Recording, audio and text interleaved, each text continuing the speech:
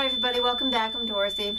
I'm a professional astrologer, and you can find me on the web at nhastrologer.com. And today I want to talk about the month of July, and this is for those of you who are an Aquarius. And the first thing we have right off the bat is July 1st. We have a full moon in Capricorn. That is in your 12th house. So when we have a full moon in Capricorn, first off, that is a very logical, very practical, not overly emotional full moon, but it is one that can be emotional. I mean, Capricorn full moons tend to represent we're logical, we're practical, we're looking for stability. But when it's a full moon, that can create some emotion. And if it's in the moon is not happy in the sign of Capricorn because it's in its opposite sign, so it's in its detriment there. The sun, however, is over in the sign of Cancer. So by default, we might get some a little extra emotion out of this one than we typically would get out of a Capricorn moon. So while it's a full moon in your 12th house, yes, the 12th house, that is an area of the chart as well that represents hidden things, things that we tend to hide from ourselves, things we don't have time for psychologically, and we just sort of stuff them away into a little closet. Well, now we're coming into the moon, and the moon is bright and full, and it's actually illuminating, not like if the sun was in that sector, but the moon is illuminating that sector, so we're actually getting to see some of the psychological things about ourselves that we might need to release and let go. Come back here, subscribe to my channel, and come back when you get a chance, because I will do a new moon, full moon forecast, video forecast, and I'll give you more information then, because we have 3 occurrences this month. All right, so let me move on. All right. On July 6th, that Cancer sun is in an opposition to Pluto in Capricorn. Now, if you had the full moon in Capricorn in your 12th house, guess what? That means Pluto's been in there for a while as well. Pluto's been in Capricorn since 2008. And now with the sun opposite Pluto, we have these opposing forces. So Pluto already has been wreaking some havoc, so to speak, in your 12th house, asking you to clean it out, clean those hidden things from you. You know, there's an opportunity when Pluto moves through this sector for somebody really to go through a lot of deep psychological work. So if that's the case for you, go with it and work with it. And because we want to work with these energies, that's what astrology is about. We're here, and if you came into this world with Aquarius rising and having Capricorn in that sector, you planned this. You know, you plan that you'd be going through a deep psychological shift and change right now in your life, wherever you are in that cycle of life. But the simple little thing, Pluto is not simple, but the simple little full moon in that area, it seems very insignificant compared to Pluto being there. But the thing is, that area is getting triggered quite a bit right now for you, so you're going through some major psychological shifts and changes, and know that. If you want more information about that, just let me know. You can contact me through here. Let me go to a few other things first before I get to the next thing that's relating to this Pluto. On the 12th, the sun will make a square aspect to Uranus. Now, the sun is in your 6th house, and that 6th house with the Cancer energy in it, it's all about caring and nurturing, and how you do that on a daily basis. It could be part of your work. It could just be that you're a parent that spends a lot of time with your children. It also represents the caring and nurturing piece of food and how you feed yourself every day. Now, the sun square Uranus is in the 3rd house, and that 3rd house represents, you know, youth, represents our siblings. It's also how we communicate. So what we got going on here is you've got some stresses between, and some tension between things that you're doing on a regular basis, but how you're communicating that with others as well. So how, you know, there's some sort of trigger, some sort of movement, and some sort of shift. And this shift in communication skills is definitely coming to a head right now in the month of July, because there's a lot going on. We also have that new moon in Cancer, again in that 6th house. Your 6th house is a major focus this month for you, Aquarius.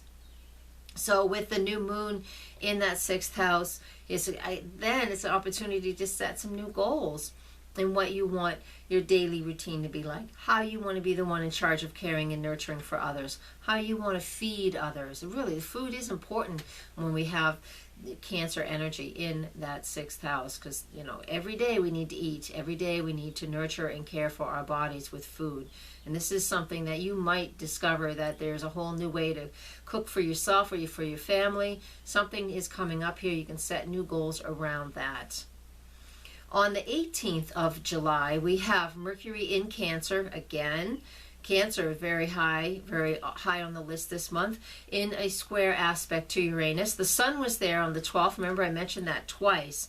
And this is overwhelming energy sometimes, the 6th house to the 3rd house. Again, we're trying to figure out a new way to communicate, trying to figure out how to communicate emotionally. It's not always an easy thing to do, but there is something that's creating an emotional flare up in our lives, especially us who have, Aquarius rising. There's something going on that is creating a big emotional upheaval through communicating, all right? We're needing to learn how to communicate better. Moving on to the 22nd of July, the Sun in the sign of Leo. That is in the 7th house, so partnerships now take a step up. There is something going on because we were so focused in on home, family, and our everyday routine in that 6th house. Now that the Sun's moved up into the 7th house, we can start to hone in on just that partnership and that one-to-one relationship, since we just did so much for a whole month in regards to what everybody else needed in their routine, their daily routine.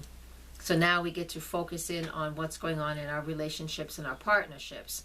Now, here's something, and this is unique to you, Aquarius rising, and that is Venus retrograde in the sign of Leo in that partnership sector. She is retrograde until the 5th of September, and in Leo through October. All right, so, and she's already been in Leo for quite a few weeks. So Venus retrograde in that 7th house in Leo, our relationships, and especially if you're not married, but our relationships are going through some sort of change. We're deciding how passionate we are, where we may have stepped into things too quickly. If you're looking into getting married or committed to somebody in that time period, you think about how much of a karmic relationship you want with this person, because when people get married during the retrograde of Venus, the relationships tend to be about working on old karmic stuff, our own karmic stuff individually, from our lives, our current lives is what I meant to say.